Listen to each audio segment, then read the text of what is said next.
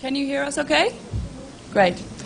So welcome to this now third conference that we're having on integrity pacts. We started back in 2015 when we were all getting used to the idea of what it was. Last year we all got on board and started out on our path.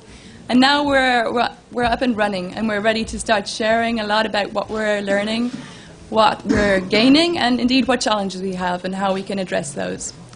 So we're starting today with an opening session. We have three great presenters with us. After we finish that session, I'll take you through the day, but we'll start here.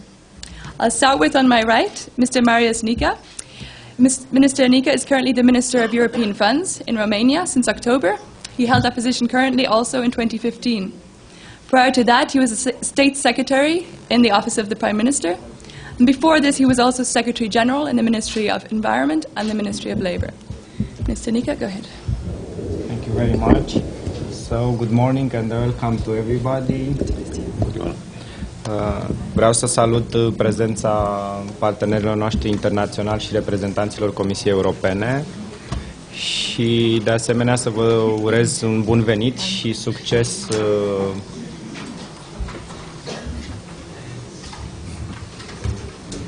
succes în cadrul dezbaterilor de astăzi.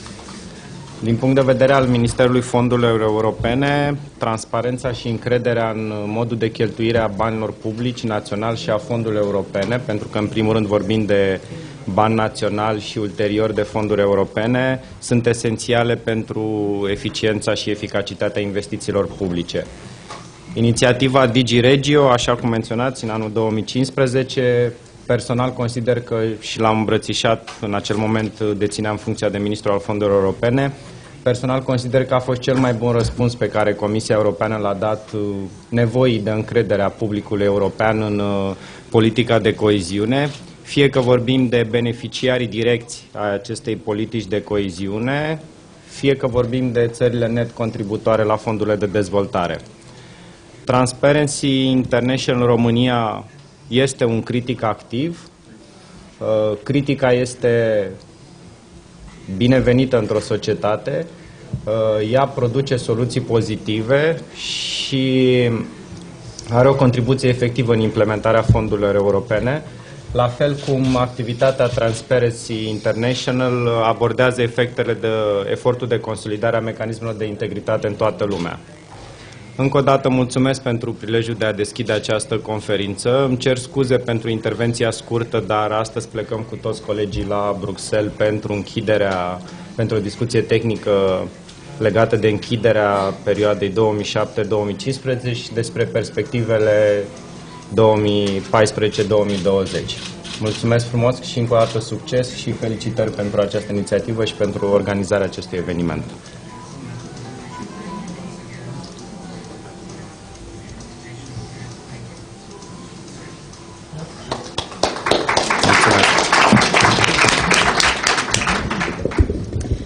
Thank you very much, Minister.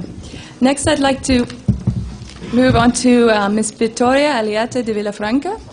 She is currently the Director of Administrative Capacity Building and Program Implementation II at the Director General for Regional and Urban Policy at the European Commission.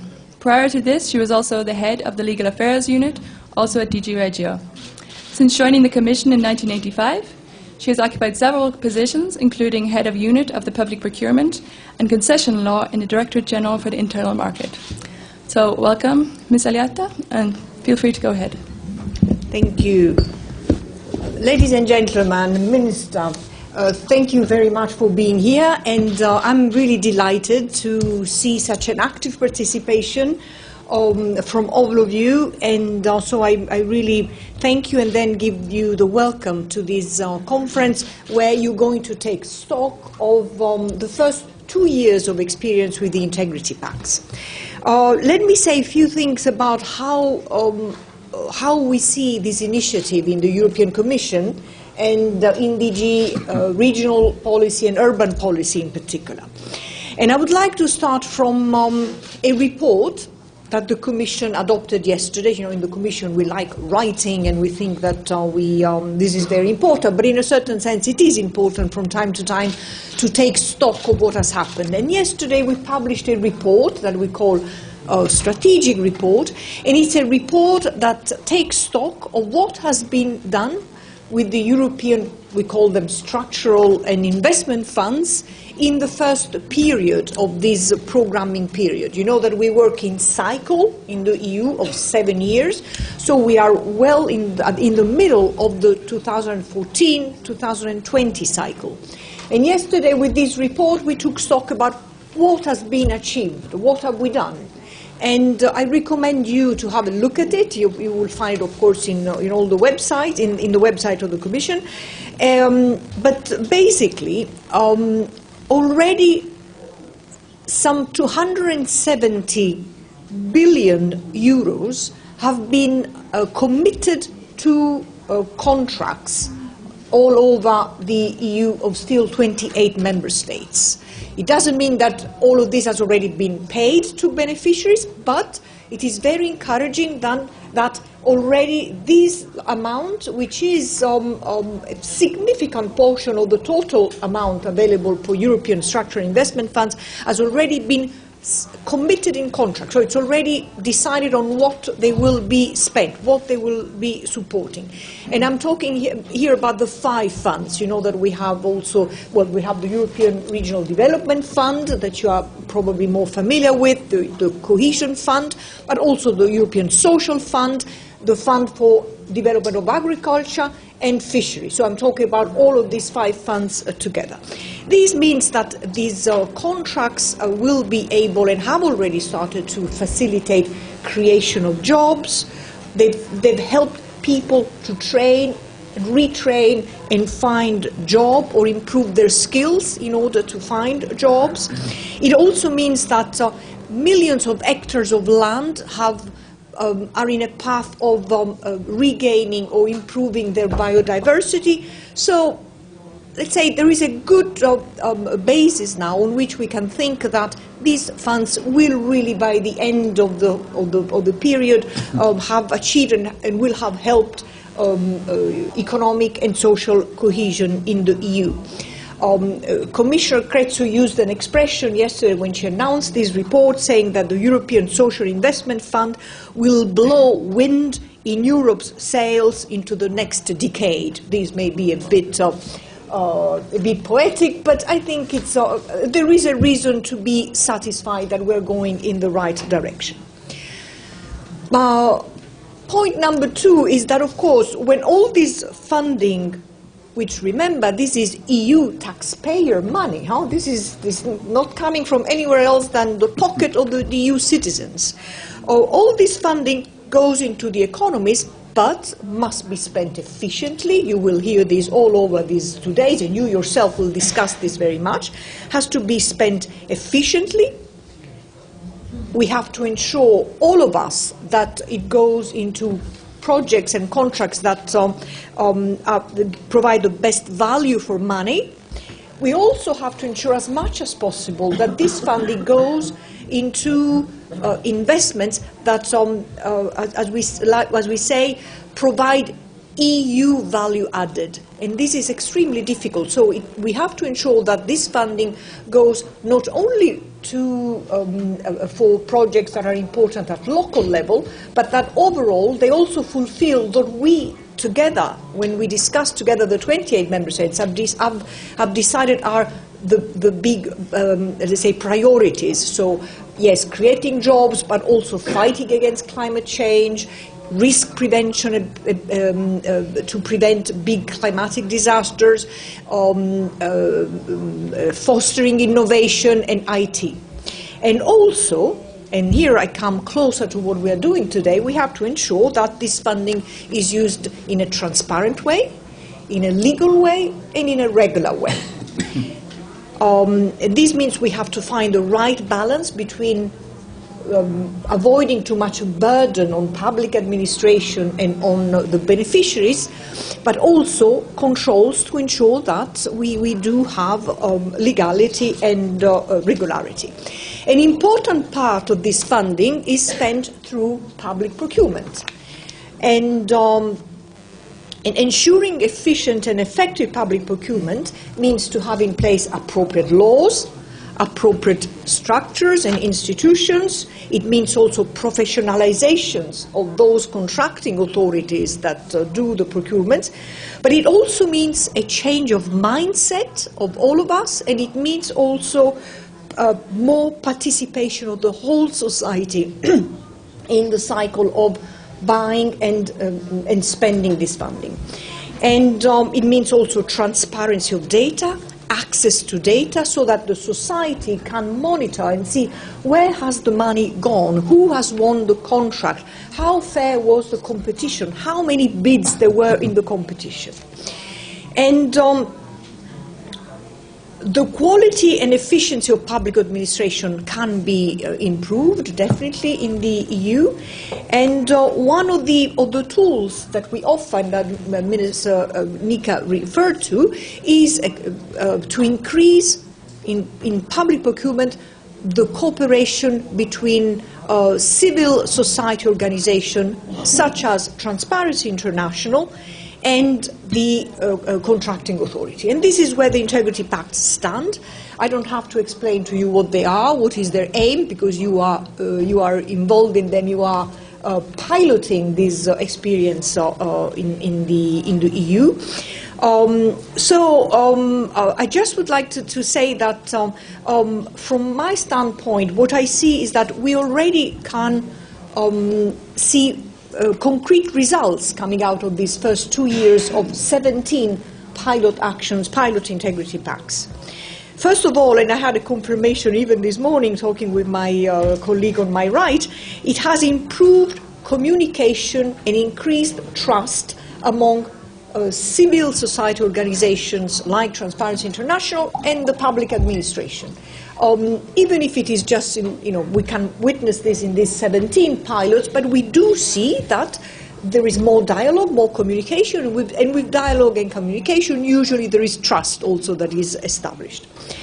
It also has helped as a so-called early warning system to detect irregularities, and this is very important because through the cooperation in the Integrity Pacts, you've been able to identify deficiencies, for example, in the tender documents, and spotting this well in advance has meant that you've been able to avoid problems and difficulties with auditors later on. Building trust and ensuring also the public opinion and the enterprises that they can trust more the contracting authorities may mean increased competition, and this is also what we want. I'm sure that you are aware that one of the weaknesses we have in the EU public procurement scene is that very often, too often, we have single bid tenders, and this is not good for competition. And I can mention one example of a public procurement in Bulgaria, for a very important one, for a section of one of the corridors. It's part of the Struma motorway, and we think that also thanks to the fact that there is an integrity pact, there is increased trust. You've had 14 bids. 14 bids means a good competition compared to only one bid. All of this to say that we think that the experience so far is good, and I wish you a very good 2 days of work, exchange experience among yourself. I understand that there are all the 17 integrity pacts present here today, so this is the ideal situation to talk to each other and to learn from each other. And so I wish that these 2 days will be very fruitful, and that will help to continue and to conclude later on the experience of the integrity pacts with much success. Thank you very much for your attention.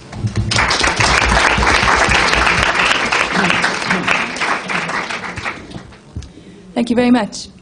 Finally, we move on to David Ondráčka. David has recently been elected as board member of the Transparency International. He also is the director of TI Czech Republic and has worked with Transparency International Czech Republic since 2008. He is an international consultant on anti-corruption legislation, policy design, and governance, and he has over 15 years of experience on public investments and procurement reforms. He's also on the board of the Association of Developers and the board of the Public Procurement Journal. So, please go ahead. Thank you. Good morning, ladies and gentlemen. Pardon, sorry. Okay, I will hold it. It's better. And I can walk. Okay. It's my pleasure to address you very shortly at this opening session. We are in the process of IPs in this pilot project. We all know in this room that it's a difficult journey, and it's difficult to build trust on both sides, on all three sides basically. But I think it's a worthwhile and it's a worthy effort that can actually bring us more benefit. We have in the room people who are from the contracting authorities, managing authorities, oversight bodies, but also civil society, also some bidders who are participating in those pilot projects. And during today, basically, we will share experience, discuss challenges and benefits, and of course, issues of transparency, integrity, trust, and even technicalities about how to do all individual projects successful. Let me recognize and thank Romanian minister, because Romania actually has the most projects involved in those pilot stage. It's 4 of them, and I believe that during his government leadership there will be a way to accelerate efforts now on implementing them. And of course, the same recognition goes to DG Regio and for being partner on this project and actually helping it, making it possible. But let me make few reflections from my point of view, from my side. Well, one, on role of civil society in this constructive collaboration. Well, I can imagine that governments usually see Transparency International or any other NGO or good governance NGO, it's a watchdog, right? Which is criticizing them, which is very often providing them some kind of different perspective on efficiency, transparency, corruption issues. And it's not easy to actually change the shoes and all of a sudden to basically collaborate intensively and constructively. But believe me that we are able to do that. We are no aliens. We are no from different universe. We basically very much part of the same world. We're trying to achieve the same success. And particularly Transparency International, it calls itself Global Coalition Against Corruption, right? It's slightly too much, I would say, because after all, we are civil society organization, right? We are NGO. But that's a policy goal, or that's our goal, right? We would love to involve all the other stakeholders, be it government, be it public, be it the business sector, be it public sector as such. And actually, because we know that if we do it only intentionally, then it's never will be sustainable. And that's why the partnership, joint actions, constructive collaboration is our goal. So that's one thing. Don't be afraid of us. We are not aliens. That's one thing.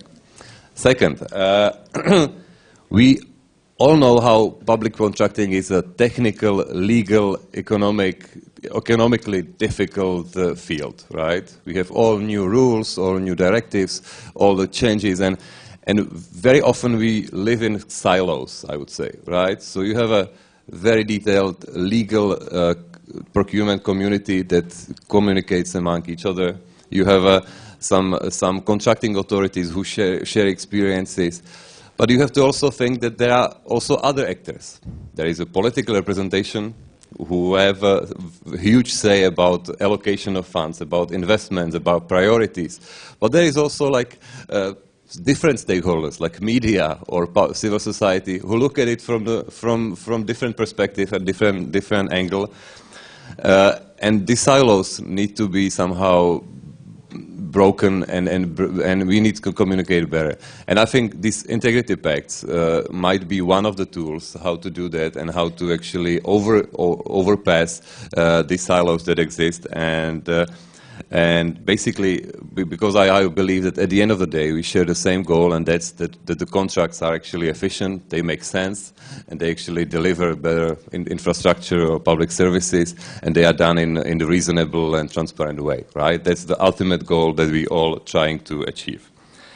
And the last comment, we also should see it from the broader perspective of for what's happening in the world, right? So it's not that only we do individual pieces of improvements and amendments and changes of rules, but we all seek for good practice or best practice, ideally, right? We all know that the world is changing. We have initiatives on open data and sharing and using the technology, which is developing rapidly.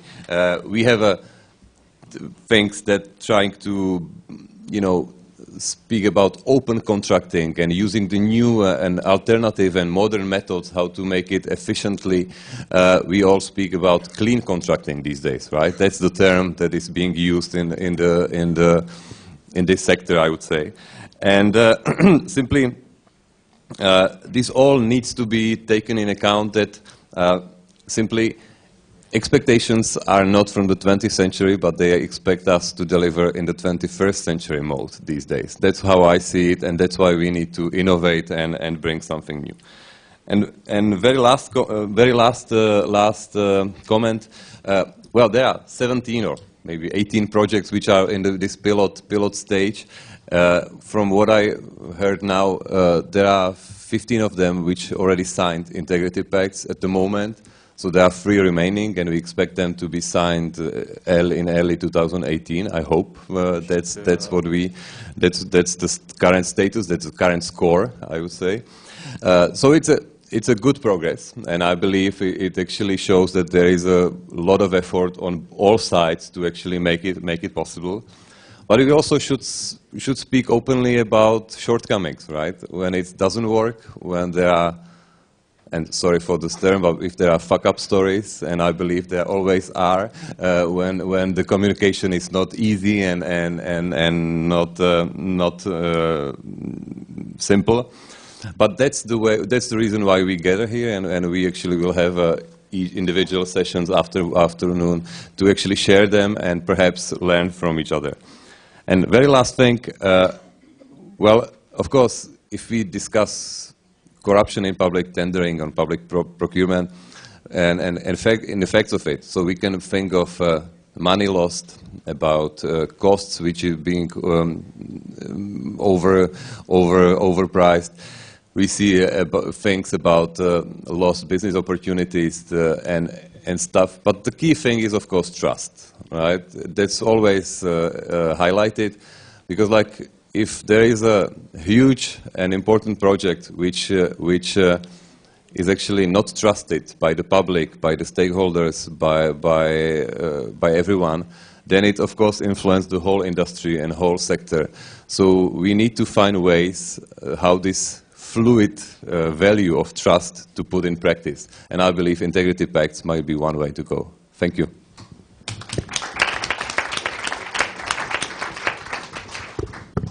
Sorry. Thank you very much to the 3 speakers. So just in brief, before we close the session, we've heard a renewed commitment from everybody in the room, well, at the table, to this enterprise that we're going through. We've heard the importance of delivering what we've all signed up for the European taxpayers. And we've heard the way that we can move forward as a coalition, working together to really deliver these results. So thank you again to Minister Nica, to Ms. de Villafranca, and to Mr. Ondráčka. Thank you very much.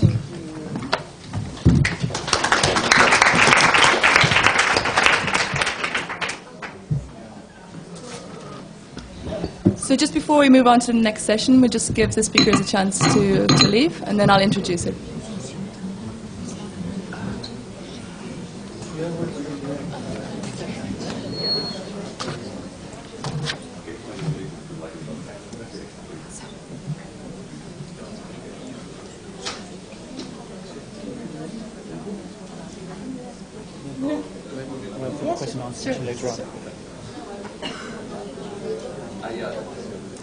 Okay, so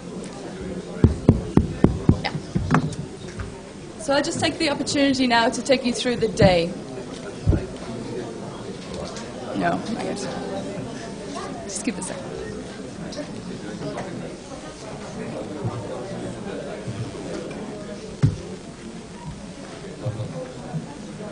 Problem is the door is over here.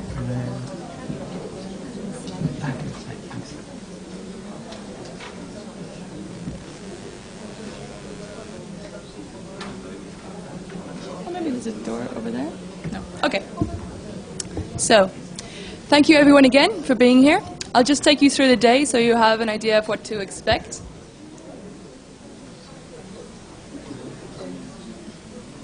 We're just sorting out the translation, just a second.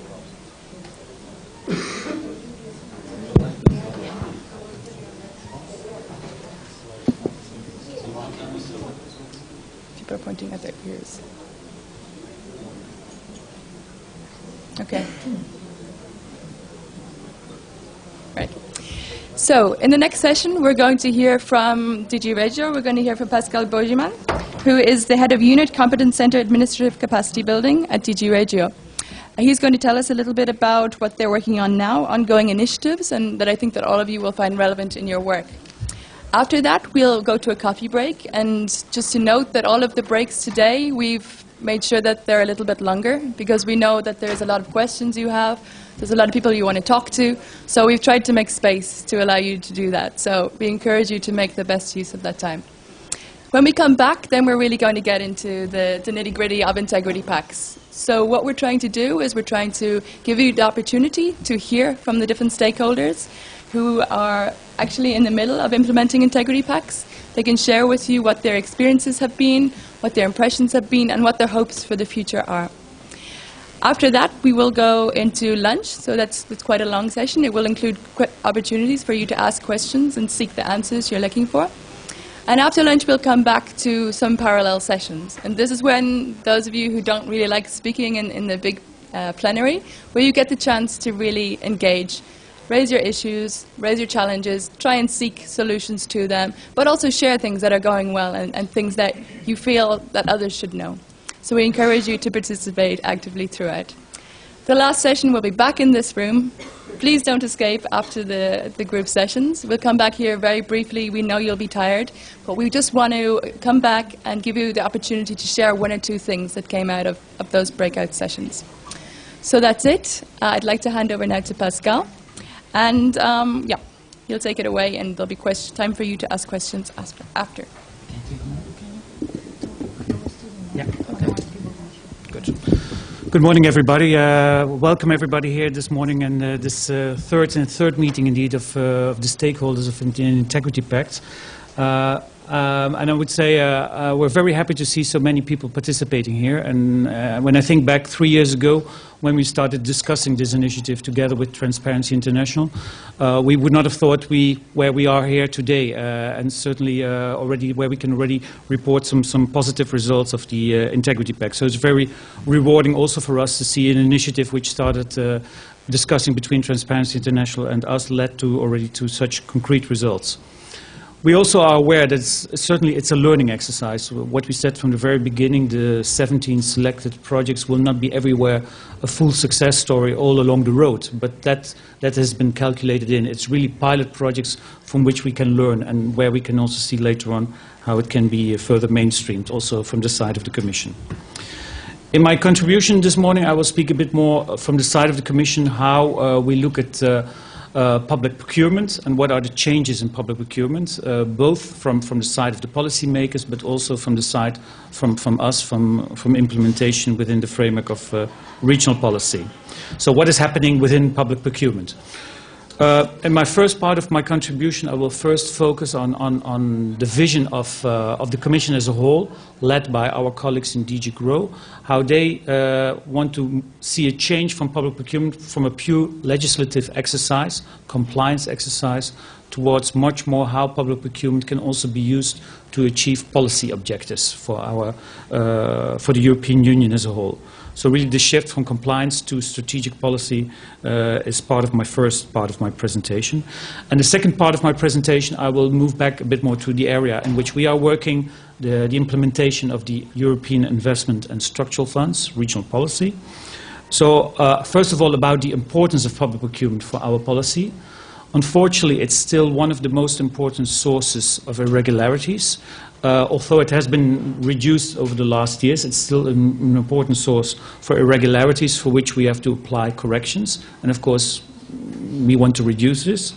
But secondly, also looking forward, how we can use this opportunity of more strategic procurement, how we can also use this in the co-financing of our funds. So how we can get more value for money for our funds.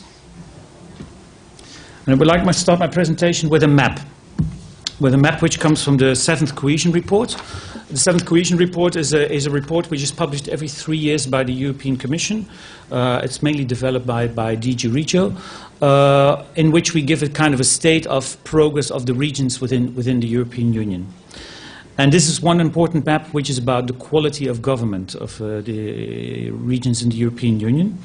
And I wanted to show you this map because, first of all, it shows that there are clearly differences in the quality of government between the regions of the European Union. We can see a concentration of, let's say, lower scores in especially Central, Eastern and some parts of Southern Europe. But also we can see differences within member states in quality of governance. So I think it's not only a difference between member states, but also a difference between regions. That, of course, concerns us, especially in DG Region and urban policy. And why are we so especially interested in quality of governance at regional level? Because if you would compare this map with the allocation of the European investment and structural funds to regions, you see it falls to a large extent together, that a large part of the funds go to member states and regions which have a below average administrative capacity. And we see, and we are all aware that administrative capacity is key for good delivery of our policy, and that explains why we pay so much attention to administrative capacity, institutional and capacity building within our policy. So I wanted to show you this map, and it's a kind of map which is widely used.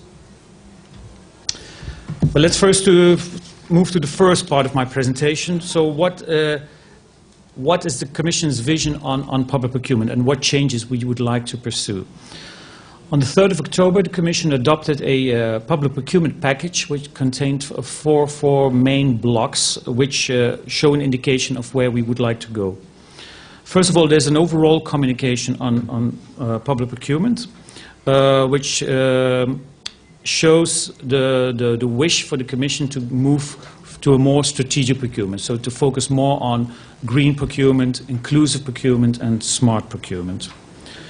Second part of this package is a communication on a voluntary ex-ante mechanism for large infrastructure projects. So for projects above 500 million euros, so really key large projects within the European Union, the Commission offers possibility to give guidance, advice throughout the whole tender procedure, how the strategic dimension of such large projects can be improved. The third element is a recommendation on professionalization of public procurement to member states. When we want to move to strategic procurement, it requires a different set of skills from procurers. It really requires different knowledge and experience. And therefore, we also think it's very important to prepare contracting authorities, public procurement agencies for the strategic procurement and to give them the right set of skills to really pursue also strategic procurement on the ground. And the last element of this package is a draft guidance document on procurement of innovation. You know, the Commission wants to stimulate further innovation within the European Union because we see that it's one of the weaknesses of the EU as a whole compared to other big economic blocs within the world. And procurement is sometimes seen as a hampering factor to stimulate really innovation on the ground. We want to see how also procurement can become more flexible, can be more adapted to innovation processes, and therefore we have launched a targeted consultation which runs until the end of the year, so people can participate in this consultation and give their comments.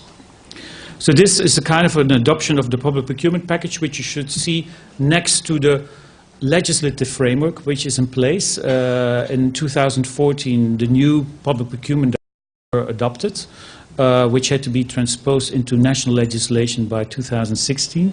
Most of the member states have done this. A few member states are still need to fulfill this transposition.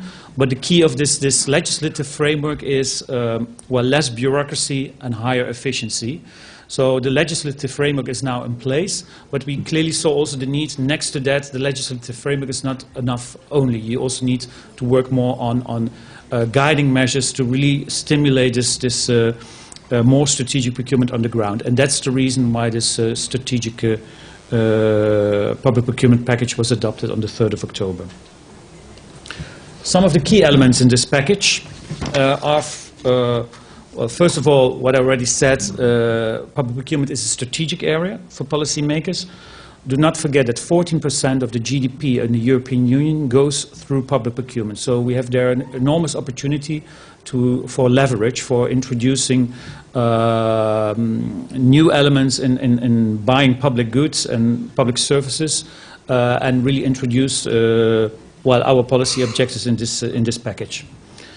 Secondly, it's not a top-down approach. It's not the Commission passes by and says to everybody what we think is good, and then we ask the member states to follow up. No, it's a real partnership approach where we want to listen what member states, but not only member states administrations, but also regional administrations, stakeholders like civil society organizations, think how we can improve public procurement in practice, and also to learn from each other's experience in different member states.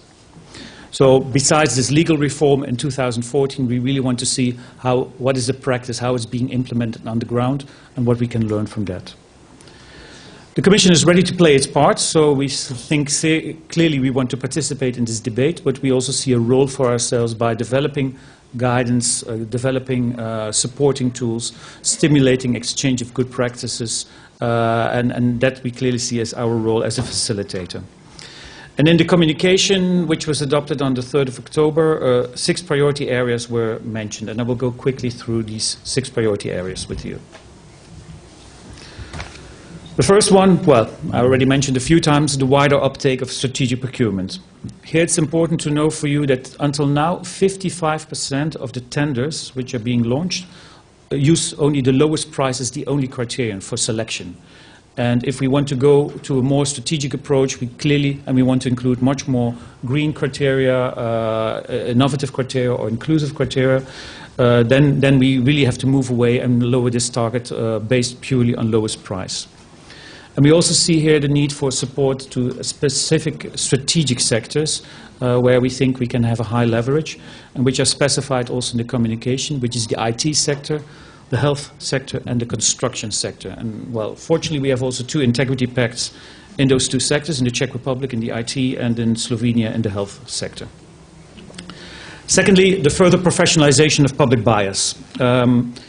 If we want to move to strategic procurement, as I said before, we need a different set of skills. There's no reason to start now everybody all over the countries training on strategic procurement. This has to be done in an intelligent way with a training strategy where the knowledge should be concentrated in a few key bodies, and everybody for the rest should know how to find their way to these key bodies. So we really want to develop member states to develop professionalization and training strategies.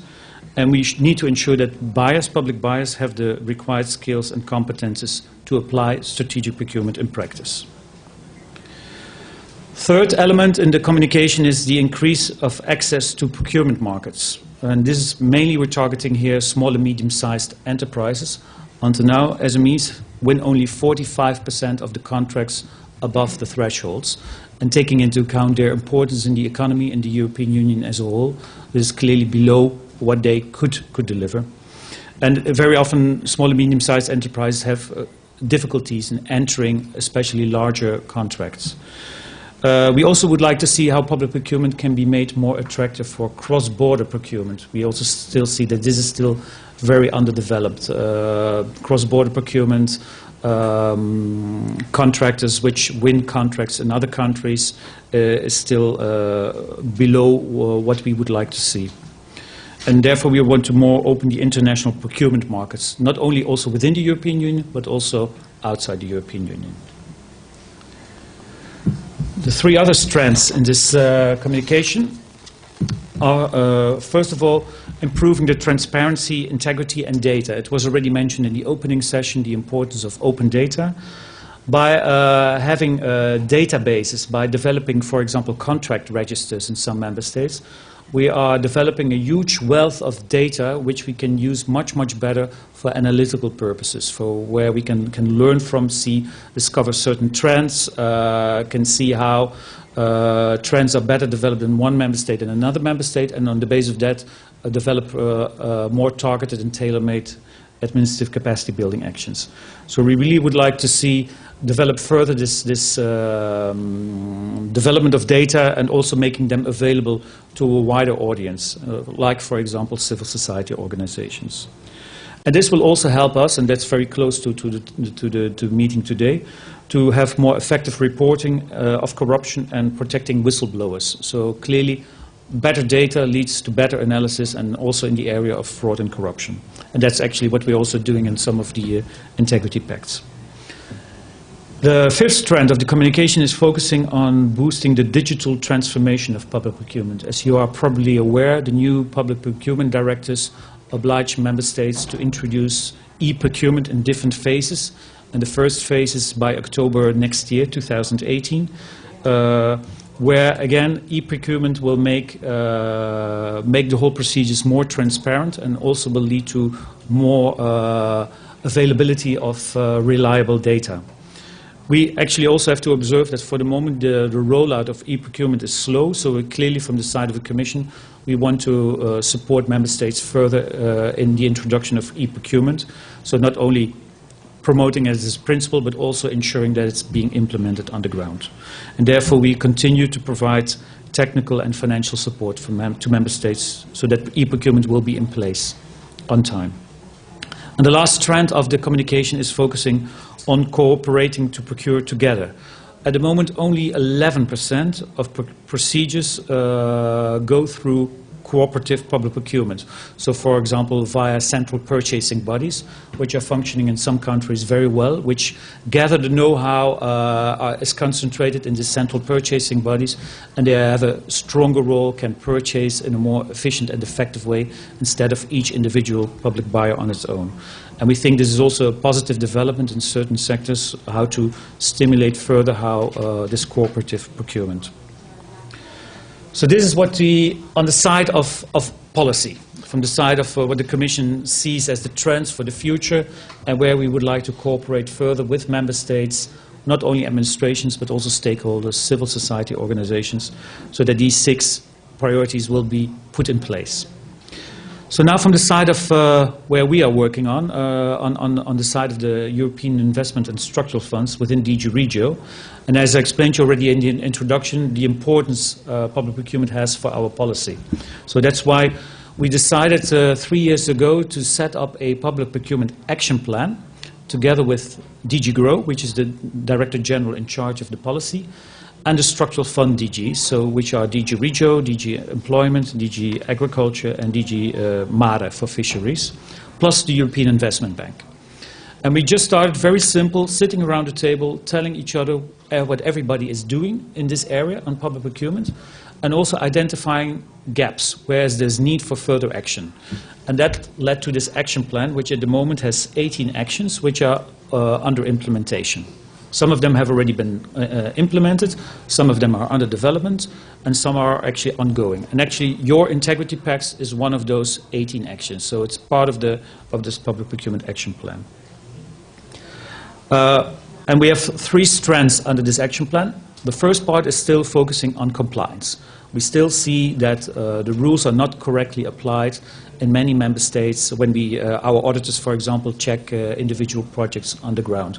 So this still needs to be further improved. The legal basis needs to be correct, but also the correct application of the legislation is still key to us. But next to that, we have developed much more and stronger focus on stimulating efficiency and transparency. So what you can say in general are administrative capacity building actions. And thirdly, as a new strand, this more strategic outlook, how we want to promote much more strategic procurement in our projects for the future. And I will go now with you through 7 of those projects which we are supporting. I will not go to them too much in detail, but you can always find the information back on our website of DG Regio. So the first one, which is an action which has already been completed, which is a study which was presented in 2016, which is a study on public procurement administrative capacity. We had an expert working on let's say, taking stock of how public procurement is organized in each member state. At the same time, also identifying what are the strengths and weaknesses in each country, and also at the same time identifying already some good practices. What are good practices from which we can learn? There were field visits carried out in 15 member states, and there were 2 more in-depth case studies which were taken up in the Czech Republic and in Portugal, how reform in those 2 countries of public procurement worked out. So what I think could be interesting for you of this study, you can see the link here on the website where you can download the study. Well, first of all, it contains 28 country profiles with quite interesting data on public procurement. So I think it's a very good background document for increasing your knowledge on how public procurement works, not only in your country, but also in other countries you might be interested in. And as I said before, it also gives an overview of the strengths and weaknesses for each country, and also gives some interesting ideas about good practices. Based on this study, we have a new initiative which is still ongoing, and in which my colleague Inguna Kramina, who is also actually in charge of the Integrity Pacts in our unit, is working on.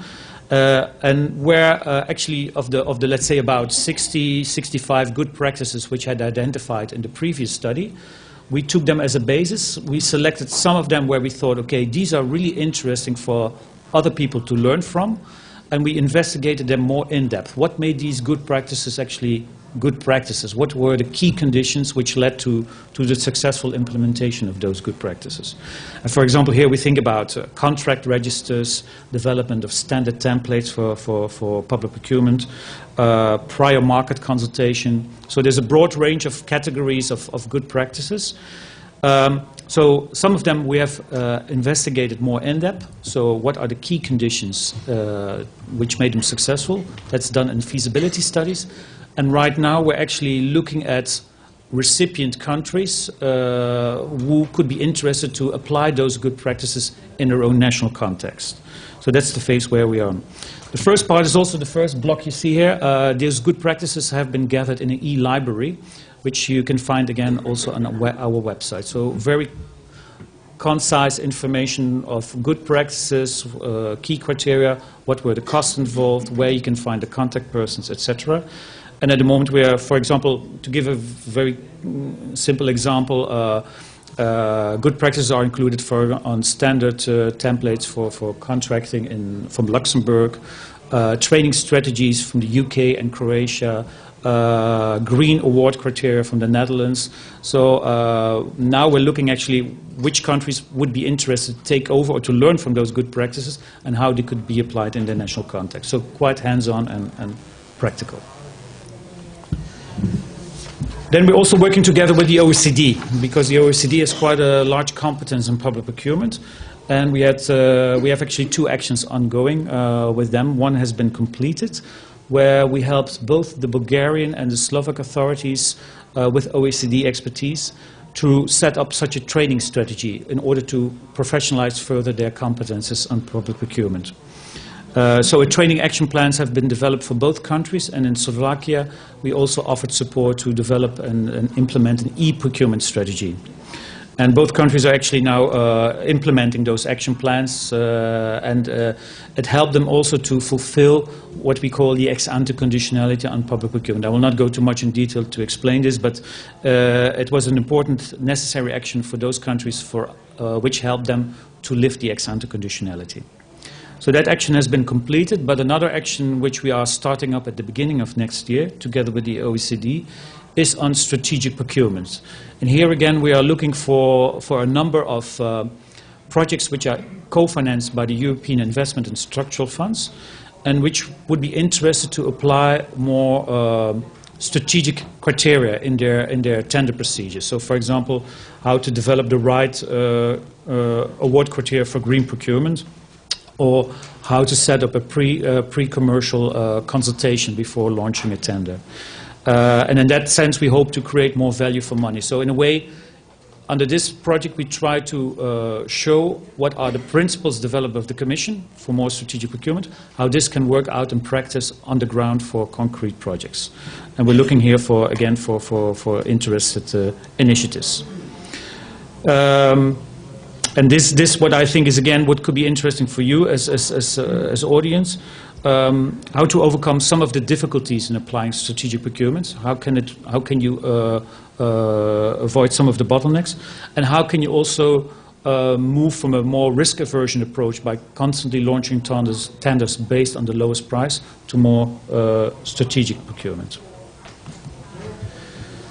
Another concrete initiative from our side is the Public Procurement Guide for Practitioners. This guide was launched in 2014, and it's based on the main findings of our auditors. So we identified 25 most common errors, irregularities, which our auditors found in our projects, which were co-financed by the structural funds.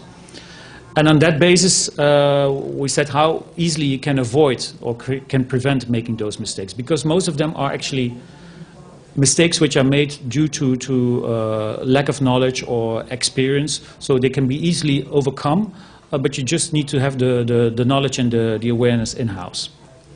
And this guide was quite successful. It was downloaded more than 60,000 times from our website, and it was translated in all languages, EU languages, because here we really want to target not only professionals in public procurement, or especially not professionals in public procurement, but really, for example, a small municipality in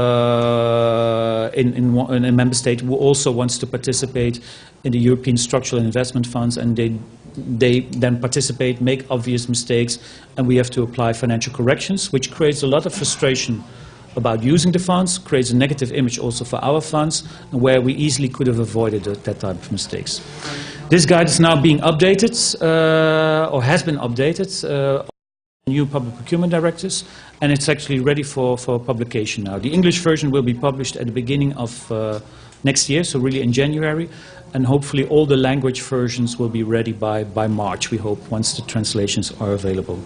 So I think, again, the interest for you for this guide is, well, first of all, to learn it from yourself, but please disseminate it to all your stakeholders, because I think it's a very practical tool which can avoid a lot of easy mistakes. Yeah, thanks. I'm almost there. Another tool, TAIEX, peer-to-peer, under which we stimulate exchange of good practices. Under this tool, we can facilitate exchanges between experts throughout the European Union. We can support expert missions, we can support study visits, and we can organize small-scale workshops. This system is already running for almost 3 years, and we have until now supported 130 exchanges, and public procurement is one of the topics which is in high demand. And here you see 3 of the examples under public procurement. I will not go through all of them at the time, but for example, the first one in Slovakia, we sent experts from Poland and Portugal to help the Slovak authorities, the Central Coordination Body and the Public Procurement Office, how they can better coordinate the controls on public procurement. So what are the tools you can use public procurement, and what are the checklists you can use? And this is a very practical tool where you can learn from peers in another member state. And the Commission facilitates the full logistics, pays for the travel costs and the per diems. Then we're also organizing trainings for member state experts on public procurement. When we talk about member state experts, we always speak about experts in regional policy. And here we launch a new training module on public procurement. So the first training will take place on 18 and 19 December, so next week, on public procurement for a group of 30 to 40 people. Who get training in Brussels during 2 days. The training takes place in our building in DG Regio. And there again, first of all, we start by explaining what are the main elements of the new public procurement directives, but then we very quickly shift the mode to case studies, how you can apply it in practice. So there was very high interest in this training, so most probably we will repeat this training several times throughout 2018. On my last slide, I started with a map and I want to close with a map, finish my presentation with a map. This is another map from the Cohesion Report on the section on governance and more specifically on public procurement. This is work done by an expert you might know, Michali Fazekas from Cambridge University, who worked for us on analyzing the data which are available in the TED database. So it's a very good example of how you can use much better open data available for analytical purposes. And in this map you see the share of single bidding in the total shares of tenders within regions. And the darker the color, let's say the least good the performance is. So the darkest color means that more than 40% of the tenders were single bidding. And single bidding does not immediately mean that there's fraud or corruption is involved, but it means maybe also a lack of competition. But at least it means that the possibilities of public procurement are not used up to the maximum. And that's why it requires further analysis. So I think this is also an example of the type of analytical work which we are doing to make more visible the differences between regions within the European Union, and which can help us to define more targeted administrative capacity building actions. On the last slide, you can see all the links to the websites of the initiatives which are presented, and for which you can always ask, can find more information, and where you can also contact us for further information. Thank you very much for your attention, and we are available for questions and answers. Thank you.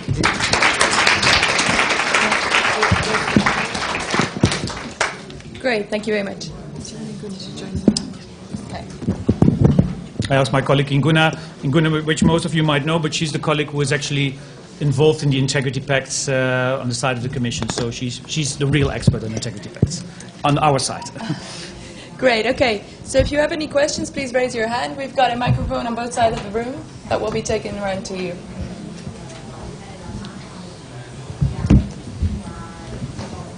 Marcin Waszak, Stefan Batory Foundation. Very short question to you. How would you like to encourage member states to apply all these public procurement good practices which we were talking about?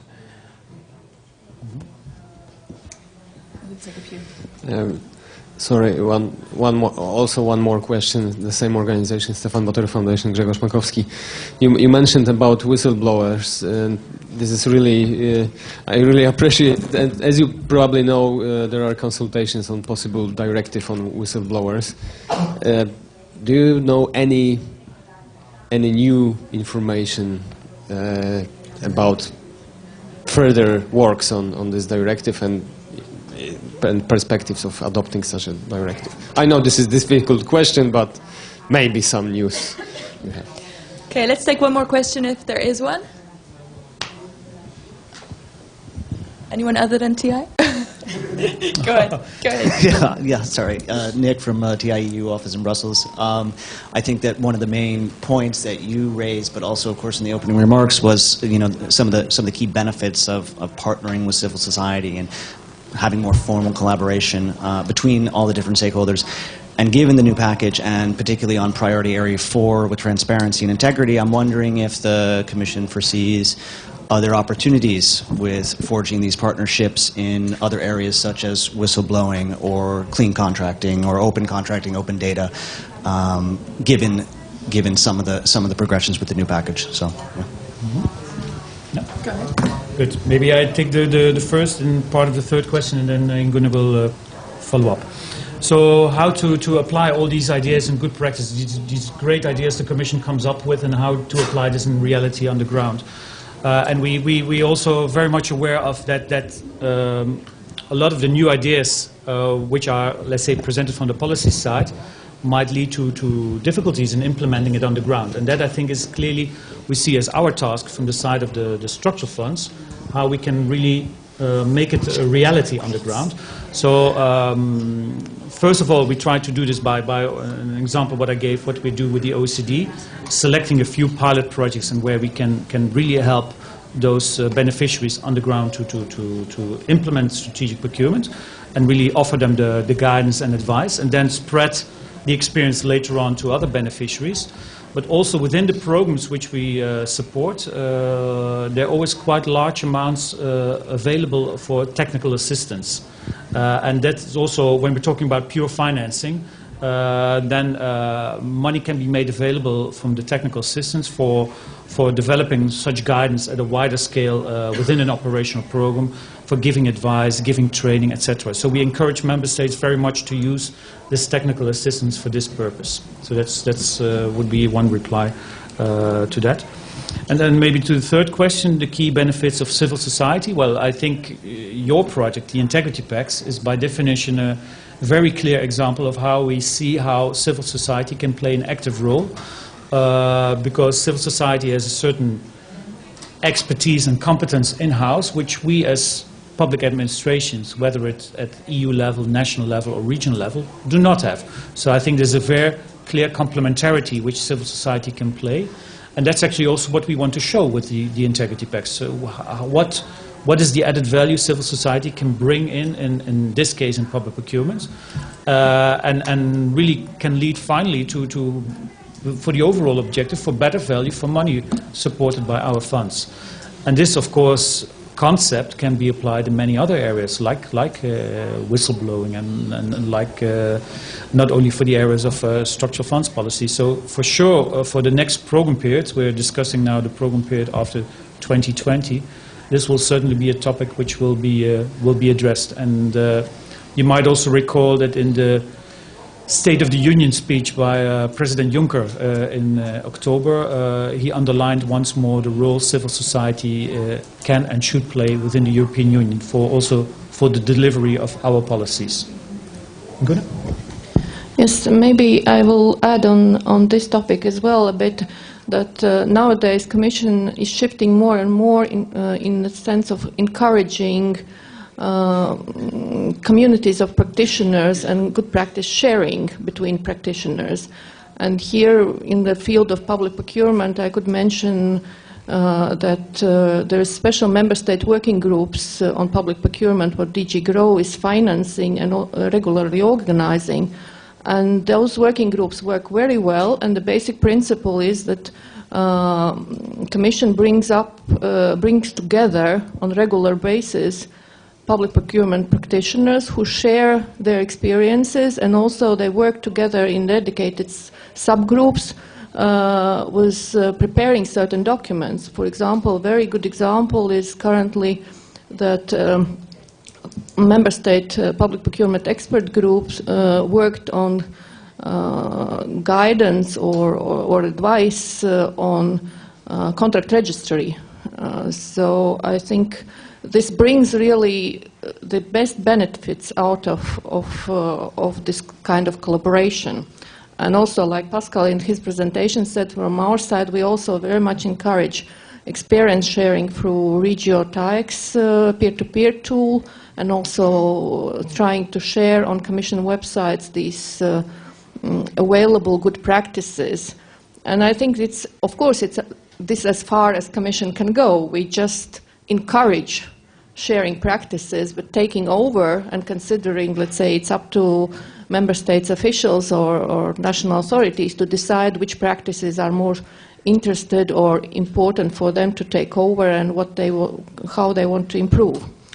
That would be on good practice. And on whistleblowing, and just this Tuesday in Public Procurement Working Group, we heard from our colleagues from DG GROW that the study, what they have funded and launched on whistleblowing in public procurement has been completed, and they are planning to present it at the beginning of January.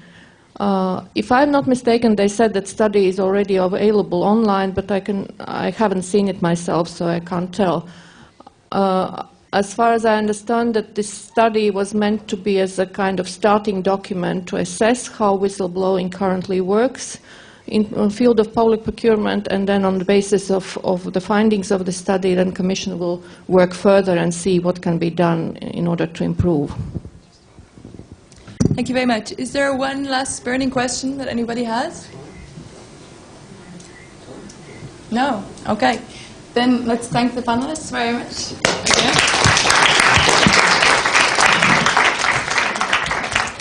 Okay, so we'll go to a coffee break now. Please come back to this room at 11:45. Thank you very much. Thank you.